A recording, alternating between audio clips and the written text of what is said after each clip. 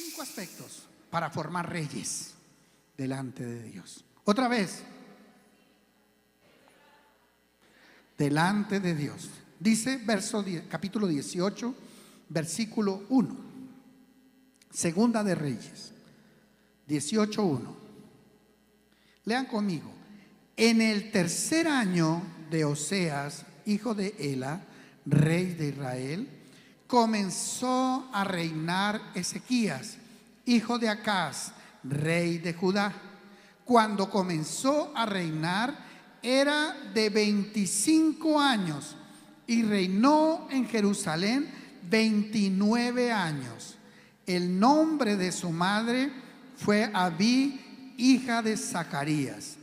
Hizo lo recto ante los ojos de Jehová, conforme a todas las cosas que había hecho David su padre, y quitó los lugares altos y quebró las imágenes y cortó los símbolos de acera e hizo pedazos la serpiente de bronce que había hecho Moisés, porque hasta entonces le quemaban incienso los hijos de Israel, y la llamó Nehustán. Eso quiere decir cosa de bronce. En Jehová, Dios de Israel, puso su esperanza. Ni después ni antes de él hubo otro como él entre todos los reyes de Judá, porque siguió a Jehová y no se apartó de él, sino que guardó los mandamientos que Jehová prescribió a Moisés. Y Jehová estaba con él, y a donde quiera que salía, prosperaba. Él se rebeló contra el rey de Asiria y no le sirvió. Hirió también a los filisteos hasta Gaza y sus fronteras, desde las torres de las atalayas hasta la ciudad fortificada. Amén. Y vamos al capítulo 18, verso 1, ahí mismo. Ayúdeme a leer este primeros 2 versículos. En el tercer año de Oseas, hijo de Ela, rey de Israel, comenzó a reinar Ezequías, hijo de Acaz. ¿Ustedes saben quién fue Acaz? Fue el anterior rey de Israel, y la Biblia dice que él hizo lo malo ante los ojos de Dios. Y en ese momento Israel estaba sumida en una derrota muy grande. Habían comenzado a meter, o habían ya permitido, la idolatría en Israel. Se habían levantado en los lugares altos estatuas de Acera. Acera era la reina de pagana, y habían levantado imágenes de Acera para adorarla en los lugares altos, en los templos, en todos los lugares. Habían permitido la mezcla con todos los que vivían en ese territorio. Los filisteos habían entrado y habían comenzado a invadir. Y mire lo que dice la Biblia, que en ese momento, o sea, en esas circunstancias complicadas, difíciles, una nación en crisis, ahí comenzó a reinar. Verso 2. Cuando comenzó a reinar era de 25 años y reinó en Jerusalén 29 años. El nombre de su madre fue Abí, hija de Zacarías. Amén. Entonces, el primer tema, el primer aspecto a tener en cuenta es que debemos aprender y enseñar que debemos tener responsabilidad desde nuestra juventud, desde nuestra infancia, desde temprano. Debemos aprender a ser responsables. Quiero preguntarles una cosa. ¿Cuál creen ustedes que es la edad en que se puede asumir la responsabilidad del matrimonio para poder llevar un matrimonio para toda la vida? ¿Cuál creen ustedes que es la edad?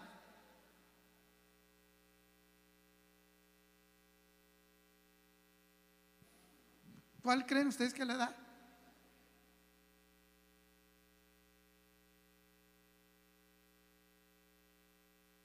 ¿Ah? Pregunta. ¿A qué edad creen ustedes? Póngale bien, cuidado, que se casó la Virgen María.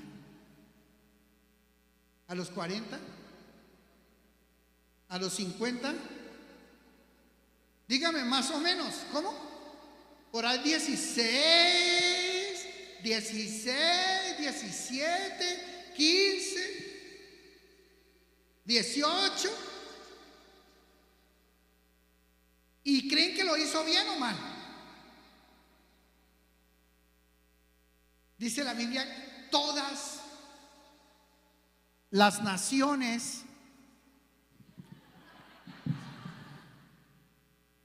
la llamarán bienaventurada. Wow.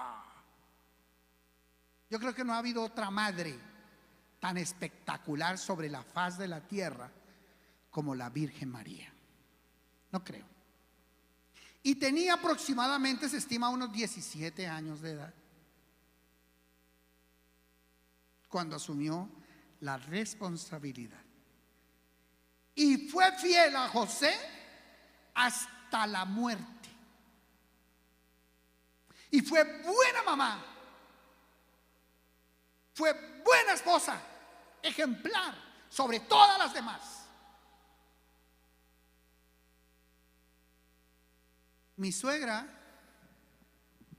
hermosa, se casó a los 17 años de edad. Dice mi suegro que salió de cuna a cama doble. O sea, ella no supo lo que era cama individual o cama sencilla, sino de cuna la sacaron a cama doble. Y quiero contarles una cosa. En este año cumplieron 54 años de casados, fieles el uno al otro, felices, cogidos de la mano juntos, luchando juntos siempre. ¿Fácil? No. Acuérdense que se casó con un militar.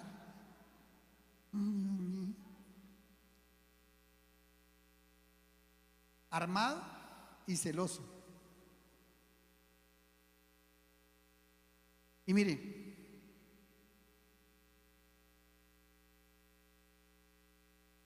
ustedes saben cuántas cosas tuvo que pasar mi suegrita en el proceso del matrimonio, y cuántas rodillas tuvo que doblar delante del Señor para ganar a mi suegrito para el Señor.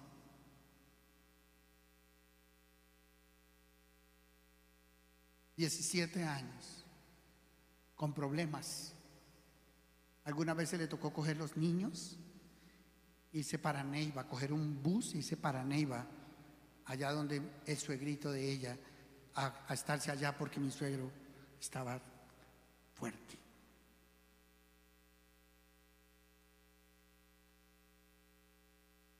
Pero cuando volteamos a ver la familia de mis suegros, que es una hermosísima familia, a todos los hijos entregados al Señor, y como decía mi suegro, en el chocolate del amor, 12 nietos, y todos entregados al Señor de corazón. Cuando volteamos a ver esa familia, uno dice, wow, ¿aquí hubo responsabilidad o no hubo responsabilidad? Desde muy temprano. Desde muy temprano. Entonces la responsabilidad de un matrimonio, no estoy diciendo cuál es la mejor edad para casarse, yo no estoy diciendo eso. Pero hay personas que se pueden llegar a los 40 años y creen que todavía no están listos. Se llaman como bombril. Ahora, habrá algunos que por alguna razón no se han podido casar. No juzguen eso, ni juzguen a los que se casaron a los 17. Porque yo conozco gente que se ha casado a los 40 y se ha separado a los 2 años. Y maduros, pero pareciera más bien más duros. O maduro, pero como el vecino. Entonces, yo creo que la responsabilidad tiene que ser desde niños. Tenemos que aprender a ser responsables. ¿Desde qué edad tenemos que aprender a ser responsables? Desde niños. Yo soy el cuarto hermano de arriba para abajo de una camada de 8 hermanos que tuvo mi madre y mi padre. Cuando yo tenía 11 años murió mi papá. Y desde esa edad, y aún antes, porque tuvimos algunas etapas donde mi padre se quedó sin trabajo y tuvimos que salir a ayudar financieramente. Había unos tíos que vivían en el Caquetá, que tenían finca, y cuando vieron que mi padre se quedó sin trabajo, entonces empacaban desde las fincas un costalado de plátanos y nos lo mandaban. Empacaban piñas y nos las mandaban. Y yo salía desde pequeñito con un canasto a golpear puerta por puerta para vender plátanos. Y llegaba a mi casa con platica para el desayuno y para el almuerzo. Y no le tuvimos temor a la responsabilidad, ni pereza a trabajar. La responsabilidad es buena. Es bueno aprender desde pequeños a ser responsables. Cuando nos vinimos a vivir a Neiva, que murió mi padre, mi madre nos sacó de Florencia y nos vinimos a vivir a Neiva. En Neiva mis amigos del colegio sus papás les daban su mesada, su dinero para los fines de semana, para la lonchera, etcétera. Y ellos tenían con qué invitar a sus amigos, a sus amigas, a cine, o a su novia a cine. Y como yo no tenía, entonces yo tuve que comenzar a hacer las cosas necesarias para yo también tener en el bolsillo. Y yo recuerdo que en alguna oportunidad salí por todo Florencia, por todo Neiva, con una bolsa plástica, y me fui de bebedero, de cantina en cantina, a que me regalaran las tapas que habían destapado de cervezas y de gaseosas el día anterior. Y llegaba con una bolsada llena de tapas. Y teníamos, Ramiro, ¿se acuerda? Un martillito así chiquito, negro. Y con ese martillito enderezaba las tapas para que quedaran bien. Les hacía 4 huequitos en cruz en las esquinas y por ahí las tejía con alambre y armaba las canastas para la venta, para colgar helechos. Cotizadas mis canastas, gloria a Dios. Yo no había terminado de hacer las canastas y ya me estaban haciendo los pedidos. Claro, mis manitas se llenaron de callos. Yo me saqué varias ampollas con mis manos. Cuando llegaba la época de las cometas, entonces hacíamos negocio con Ramiro y nos poníamos a hacer cometas y las colgábamos, y más nos demorábamos en poner una cometa de esas en la pared que venían y se las llevaban. Tampoco era que fueran muy buenas, pero se vendían. Llegaba la época de Navidad y era una época para hacer platica, porque entonces hacíamos las velas esas chorreadas de cera por los lados, adornadas con unas cositas de musgo, y las vendíamos para los mesos de centro de mesas. Hacíamos los faritos esos en papel metálico que se inflan así cuando uno los baja, para el día de las velitas que nos pedían, y se vendían para colgar en el arbolito, para tantas cosas. Mis amados, las responsabilidades y enseñar a nuestros hijos a ser responsables es una gran bendición. Mi cuñado Alejandro, no sé si Alejo está hoy acá. Mi cuñado Alejandro, cuando era pequeñito en el colegio, se compró brownies y él llevaba brownies al colegio y los vendía. Cuando no era que se los saqueaban la Monita y Rocío. Eso sí, él, como era tan ordenado, él sabía que las hermanas le habían sacado un par de brownies y ellas los pagaban, demorada, pero pagaban. Yo recuerdo cuando estábamos viviendo en Atabanza que mis hijos comenzaron a hacer negocios y dijeron: papi, queremos hacer un negocio. Y le dije: a ver, hágalo. cogieron palitos de paleta y los pintaban de colores y salían a las puertas a venderlo del conjunto. Y lo más tenaz era que les compraban y volvían con platica. Hubo otra época donde compraban bolsas de dulces y las reempacaban en papelitos celofán de a 3 dulces y salían puerta por puerta y eran pedidas las bolsitas de dulce de mis hijos. Y la tía Vilma les ayudaba a vender y a comer. Mis amados, tenemos que enseñarle a nuestros hijos responsabilidad desde pequeños, porque si queremos formar reyes, tenemos que formarlos desde pequeños en responsabilidades y a ser correctos y rectos. A veces hay personas que dicen: no, pero si es que es muy difícil porque los niños son muy chiquitos. No importa, a los niños hay que enseñarles los pasos, las cosas rectas delante de Dios. Amén. Y no podemos pensar que porque es niño entonces no va a aprender. Al contrario, ellos captan más rápido y aprenden más rápido. Y estamos levantando personas responsables desde muy temprana edad. Yo recuerdo cuando Danielito era pequeño, nosotros fuimos, un día nos invitaron a una casa de una parejita de nuestra edad más o menos, con niños de la edad de Daniel. Y cuando salíamos esa noche, Danielito, yo cogí a Daniel para cargarlo y llevarlo al carro, y de pronto observo que aquí enfrente, en su chaqueta que tenía, era un turupe así grande. Y cuando yo lo apreté, yo dije: ¿esto qué es? Entonces le dije: papi, déjame ver qué es. Y él: no, papi, nada. Déjame ver qué es, papi. No, papi, nada. Le dije: no, ¿me dejas ver? Cuando destapo, era un juguete del niño de ahí, de la casa. O sea, se lo estaba robando. Y no es por nada, pero papitos honrados, casados, pues por lo menos nunca vio en nosotros esas cosas, ¿no? Casados por lo cristiano, rectos, pastores, líderes de parejas. Y nuestro hijo con esa. Entonces, cuando íbamos saliendo y el niño armó el llanto, entonces los dueños de la casa dijeron: llévese. Y después, cuando el niño se duerma, entonces, cuando no se dé cuenta, me lo traen.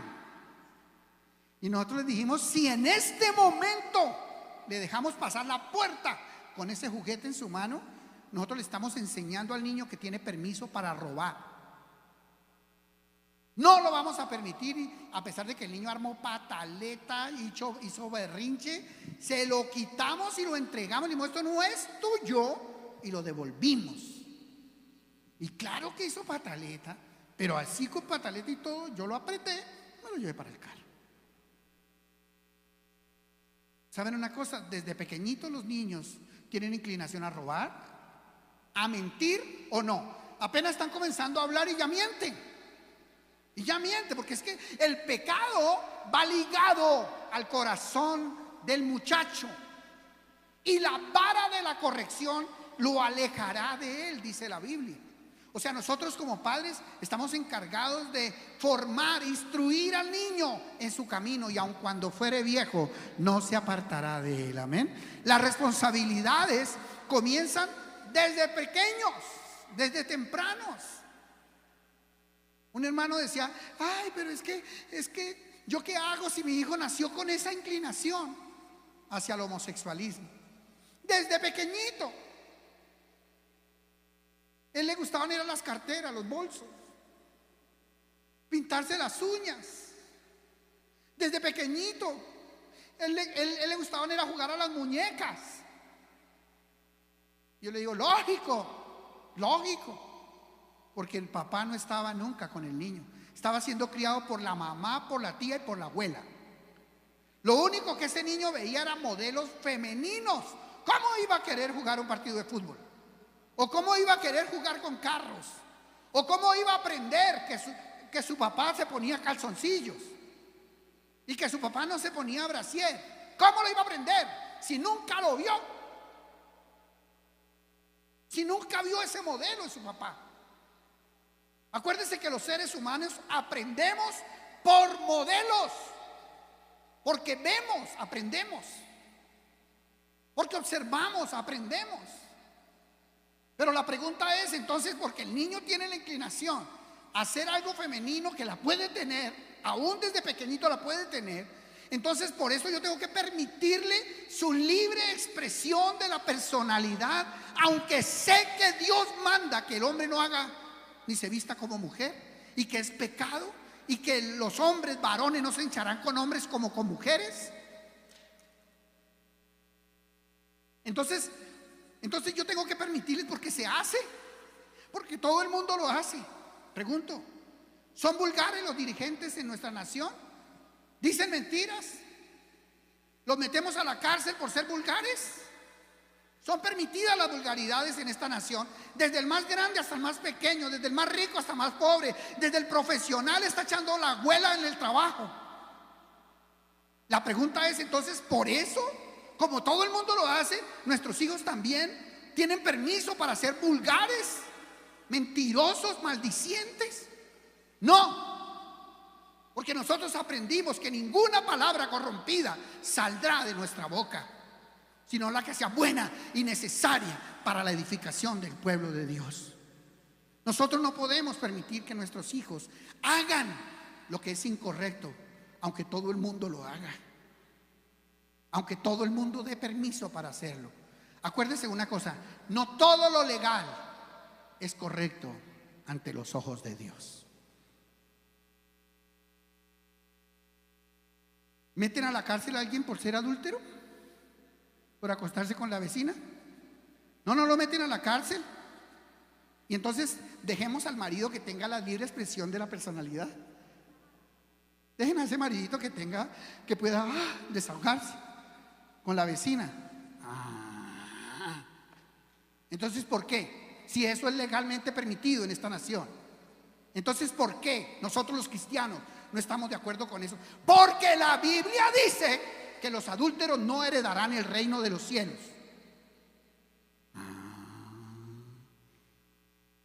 Entonces, como todo el mundo bebe, como todo el mundo fuma marihuana, como todo el mundo fuma coca, entonces también está bien que nuestros hijos lo hagan. Eso es legal. Y la gente, pues, no hay que cohibirles su libre expresión de la personalidad. ¿Sí? No, porque nada inmundo entró jamás en el cuerpo del ser humano, del cristiano, del Hijo de Dios. Porque somos templos del Espíritu Santo y no podemos hacer con él lo que nos plazca, porque ya no nos pertenecemos a nosotros mismos. Por eso los borrachos no heredarán el reino de los cielos. Y créame, si la marihuana estuviera en la época de Jesús, hubiera quedado escrito: ni los marihuaneros, ni los cocaineros, ni los borrachos heredarán el reino de los cielos. Porque los borrachos sí quedó, porque es que el trago. Amén. Entonces, ¿qué tenemos que enseñar a los hijos desde pequeños? Responsabilidades. ¿Es claro o no? ¿Se puede casar una mujer a los 17 y ser fiel y feliz toda la vida? Sí. Sí. No piensen que solamente hay una edad posible para casarse porque es su modelo. No. Miren los demás y observen y verán que ese es el estándar de la responsabilidad. Comienza desde temprano. Este rey comenzó a reinar desde la edad de 25 años. Tomó una nación en crisis, violenta, idólatra, y durante 29 años reinó sobre Israel e hizo lo recto ante los ojos de Dios. En una nación no recta, en una nación corrompida como estaba en ese momento la nación de Israel, y en una nación donde había influencia de mucho pecado de alrededor y del mundo, y él decidió ser correcto. Entonces dile a la persona que tienes al lado: la responsabilidad comienza desde niños. Dile: la responsabilidad comienza desde niños. Verso 2, verso 3. E hizo lo recto ante los ojos de Jehová, conforme a todas las cosas que había hecho David su padre, y quitó los lugares altos, y quebró las imágenes, y cortó los símbolos de acera, e hizo pedazos la serpiente de bronce que había hecho Moisés, porque hasta entonces le quemaban incienso los hijos de Israel, y la llamó Nehustán. Eso quiere decir cosa de bronce. La segunda característica que debemos tener en cuenta para formar reyes es que tenemos que aprender a ser obedientes a pesar de. Digan conmigo, obedientes a pesar de. O sea, aunque las cosas sean difíciles, aunque mis compañeros todos beban, aunque mis jefes me exijan que tome trago con ellos, yo no voy a beber. Eso se llama ser obediente a pesar de que todas las cosas que están alrededor sean adversas. A pesar de que todo parezca complicado, mi jefe me exige que yo haga una facturación doble y haga algo ilegal. Pero yo voy a ser obediente a Dios a pesar de mi jefe. Y si eso me cuesta el puesto, me voy feliz por haber sido vituperado por el nombre del Señor, por haber sido maltratado por defender a Jesús de Nazaret. Así que vamos a ser rectos y obedientes, aunque nos cueste, aunque todos estén en contra mía. Un hombre que va a ser un rey tiene que estar en obediencia, aunque le cueste. Eso le va a formar el carácter más que cualquier otra cosa a esa persona. Amén. Entonces dile a la persona que tienes al lado, dile obediencia a pesar de. Tercero, y vamos allí al versículo número 5. En Jehová Dios de Israel puso su esperanza, ni después ni antes de él. Qué honor esto que se escribe de Ezequías. Ni después ni antes de él hubo otro como él entre todos los reyes de Judá, porque siguió a Jehová y no se apartó de él, sino que guardó los mandamientos que Jehová prescribió a Moisés. Digan, confió. Ahora, lo tercero que debemos enseñar a nuestros hijos y a nosotros mismos para ser reyes es que tenemos que aprender a confiar de todo corazón en el Señor. Ahora, cuando un niño está pequeño, el niño por las muchas cosas que pasan alrededor le tiene temor a la oscuridad. Y cuando uno va a llevar a su niño a su cuarto, porque el niño debe dormir en su cuarto, no en el cuarto del papá. ¿Dónde deben dormir los niños? En su cuarto, no en la cama de papá, porque a veces, mis amados, póngame bien atención a esto, a veces de manera incorrecta son los hijos los que apagan el televisor y se van saliendo del cuarto pasitico para que su papá no se despierte, y hasta lo acobijan y lo bendicen. El que termina bendiciendo al papá es el hijo. Te bendigo, papá, en el nombre de Jesús. ¿Y eso saben por qué sucede? Porque los papás son muy cómodos y no le estamos enseñando a nuestros hijos a confiar en el Señor. ¿Sabe qué tenemos que hacer? Nosotros tenemos que ir a su cuarto. Y si entramos al cuarto y los niños dicen, ay, a mí yo tengo miedo, ay, debajo de mi cama hay un coco. Entonces tú, papá, o tu mamá, si tienes que ser cabeza de familia, párate con autoridad en esa puerta de ese cuarto y di, vamos a echar fuera ese demonio inmundo en el nombre de Jesús. Van a estirar la mano y van a enseñarle a su hijo a hacer lo mismo. Y van a decir, en el nombre de Jesús de Nazaret, y encadeno todo espíritu inmundo de temor, de miedo, y le ordeno en el nombre de Jesús de Nazaret que se vaya y no se vuelve a meter aquí. Sale debajo de la cama, sale del closet, sale de todos los lugares y se va en el nombre de Jesús. Y aplico la sangre de Cristo y pongo un cerco de protección sobre el cuarto de mi hijo y nunca más volverá a entrar en el nombre de Jesús. Y que su hijo lo vea, para que cuando usted no esté, el hijo haga lo mismo en el nombre de Jesús de Nazaret. Pero usted no puede decirle: tranquilo, mi amor, ven y te acuestas conmigo y duérmete acá en mi cama. Y cuando el niño se duerme, entonces lo coge con cuidadito y va y lo pasa a su cuarto. Cuando es que lo pasa, cuando no es a las 2 de la mañana que lo está pasando. Cuando lo puede hasta poner la mano encima y lo puede hasta ahogar en su cama. Cuando el niño está allí y usted no puede tener una vida de pareja ni de intimidad con su esposa. ¿Cuántas cosas pasan? Modelos errados. Vaya y entre con su hijo despierto al cuarto. Apague la luz estando con él. Ore y enséñele a través de la oración bíblica para dormir. ¿Saben cuál es la oración bíblica para dormir? Dice la palabra: en paz me acostaré y asimismo dormiré, porque solo tú, Jehová, me haces vivir confiado. Otra vez: en paz me acostaré y asimismo dormiré, porque solo tú, Jehová, me haces vivir confiado. Solamente los de este lado.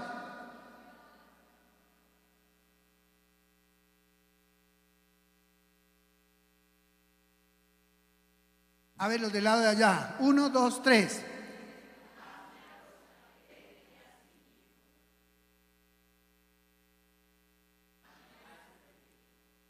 Amén, los del centro.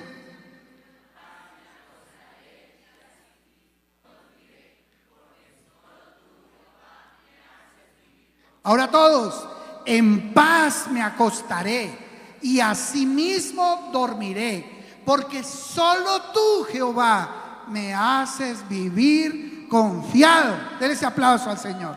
Amén.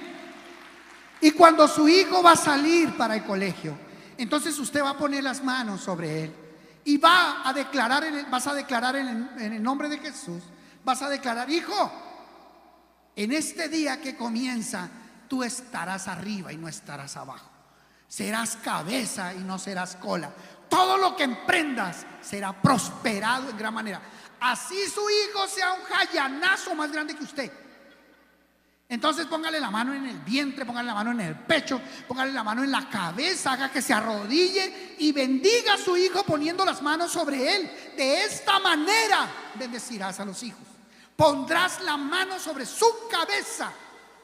No dice haciéndole la santa bendición de la Santa Cruz. Eso no lo dice la Biblia. Bueno, al menos nuestros padres lo hicieron, aunque sea así.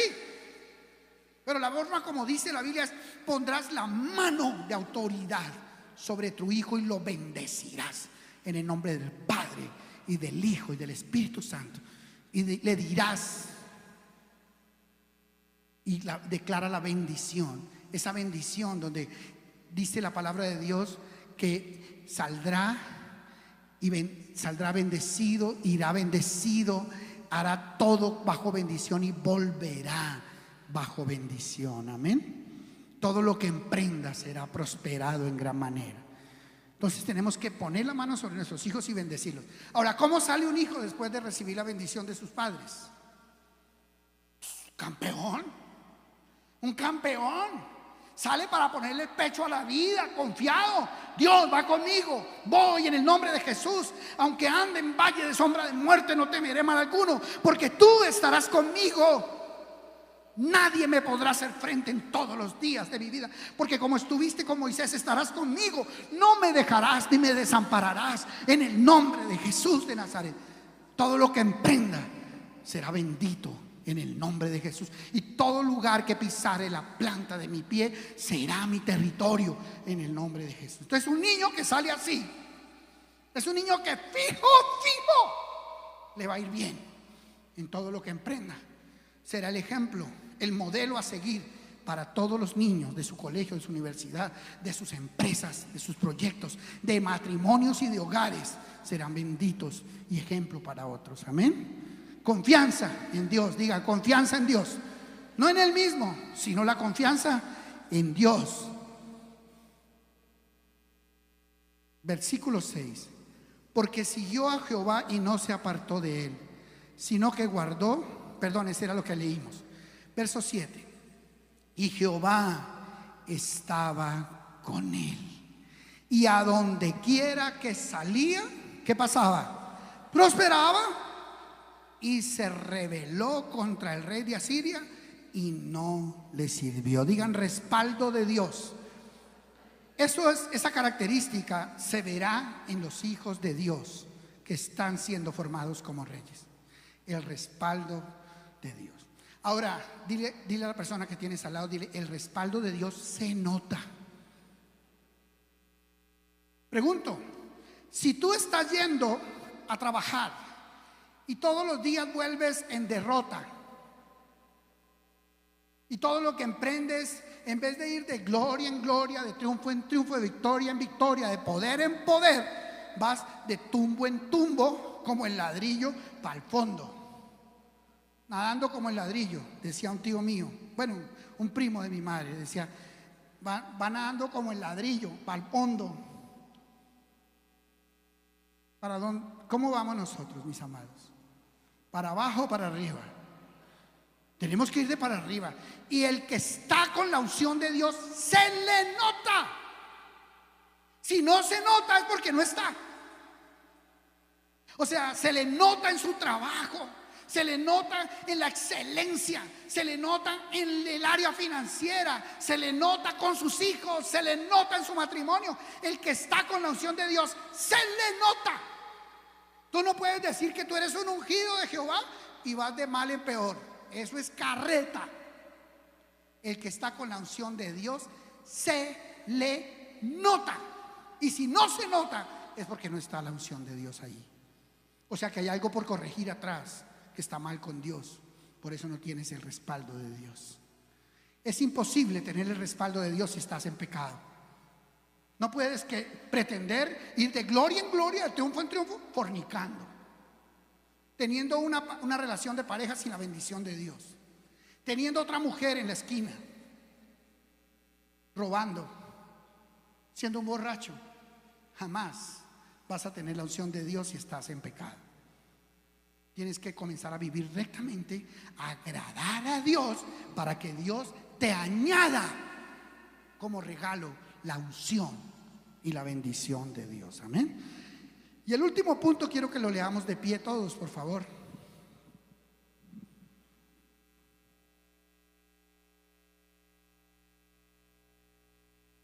Acuérdense que es un estudio que estamos haciendo. Arrancamos con esas 5 características de la formación de los reyes para el Señor.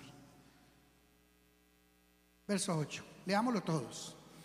Hirió también a los filisteos hasta Gaza y sus fronteras, desde las torres de las atalayas hasta la ciudad fortificada. Entonces, ¿qué característica tenía Ezequías para ser un rey? Era un guerrero. Digan guerrero. Y guerrero es el que no solamente ve los problemas y los reconoce, sino que se les mete y los vence en el nombre de Jesús de Nazaret. No es el que le huye al problema, sino el que se atreve a hacer frente. El que toma la espada del Espíritu, el que toma ese mundo espiritual que Dios le ha dado y se mete y vence en el nombre de Jesús de Nazaret. Un guerrero es el que, como veíamos en este video que está lanzando, que se está lanzando en esta semana en Ecofamiliar, es el que toma las armas de nuestra milicia, toma el escudo de la fe y la espada del Espíritu, toma y se pone de rodillas delante de Dios, y mientras está orando en el mundo espiritual, Satanás y sus demonios están siendo vencidos en el nombre de Jesús de Nazaret. Un guerrero de Dios es el que se levanta a hacer guerra espiritual por él, por su familia, por su ministerio, por su empresa, por sus empleados, por su nación, por los políticos, por la gente que dirige esta nación, por el presidente de la república, y vence en el nombre de Jesús. Un guerrero es el que no le tiene miedo al reino de las tinieblas, porque más poderoso es el que está en nosotros que el que está en el mundo, el cual nos ha hecho más que vencedores en Cristo Jesús. Amén. Dile a la persona que tienes al lado: tú eres un guerrero, tú eres un guerrero. Y dale ese aplauso al Rey de Reyes y al Señor de Señores.